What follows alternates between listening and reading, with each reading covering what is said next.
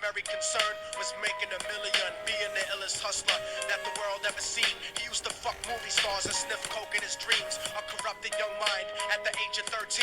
Nigga never had a father and his mom was a fiend. She put the pipe down, but for every year she was sober. Her son's heart simultaneously grew colder. He started hanging out, selling bags in the projects, checking the young chicks looking for hit and run prospects. He was fascinated by material objects, but he understood money never brought respect. He built a reputation cause he could hustle and steal, but got locked once and didn't hesitate to squeal. So criminals he chilled with didn't think he was real. You see, me and niggas like this have never been equal. I don't project my insecurities on other people. He fiended for props like addicts with pipes and needles, and so he felt he had to prove to everyone he was evil. A feeble-minded young man with infinite potential, the product of a ghetto-bred capitalistic mental. Coincidentally dropped out of school to sell weed, dancing with the devil, smoked until his eyes would bleed. But he was sick of selling trees and gave in to his greed.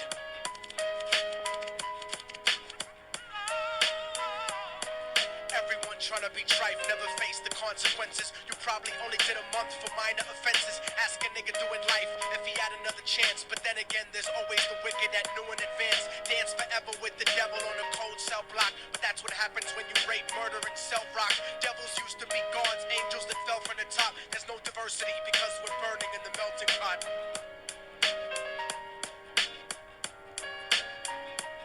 So Billy started robbing niggas, anything he could do to get his respect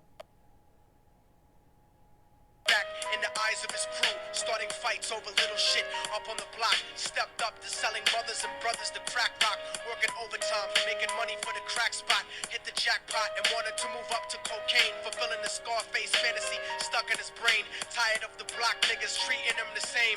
He wanted to be major like the cutthroats and the thugs. But when he tried to step to him, niggas showed him no love. They told him any motherfucking coward can sell drugs. Any bitch nigga with a gun can bust slugs. Any nigga with a red shirt can front like a blood. Even Puffy smoked the motherfucker up in the club. But only a real thug can stab someone till they die. Standing in front of them, staring straight into their eyes. Billy realized that these men were well guarded, and they wanted to test him before business started. Suggested raping a bitch to prove he was cold-hearted. So now he had a choice between going back to his life or making money with made men. Up in the sight, his dreams about cars and ice made him agree a hardcore nigga is all he ever wanted to be. And so he met them Friday night at 2:45.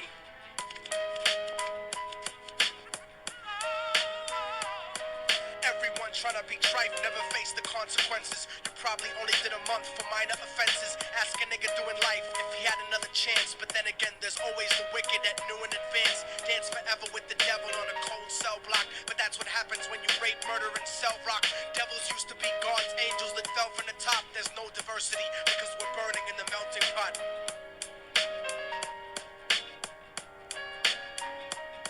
They drove around the project slow while it was raining, smoking blunts, drinking and joking for entertainment, until they saw a woman on the street walking alone, 3 in the morning, coming back from work on her way home. And so they quietly got out the car and followed her. Walking through the projects, the darkness swallowed her. They wrapped her shirt around their head and knocked her onto the floor. This is it, kid, now you got your chance to be raw. So Billy yoked her up and grabbed the chick by the hair and dragged her into a lobby that had nobody there. She struggled hard, but they forced her to go up the stairs. They got to the roof and then held her down on the ground, screaming, "Shut the fuck up and stop moving around." The shirt covered her face, but she screamed and clawed. So Billy stomped on the bitch till he broke in her jaw. Them dirty bastards knew exactly what they were doing. They kicked her until they cracked her ribs and she stopped moving. Blood leaking through the cloth, she cried silently.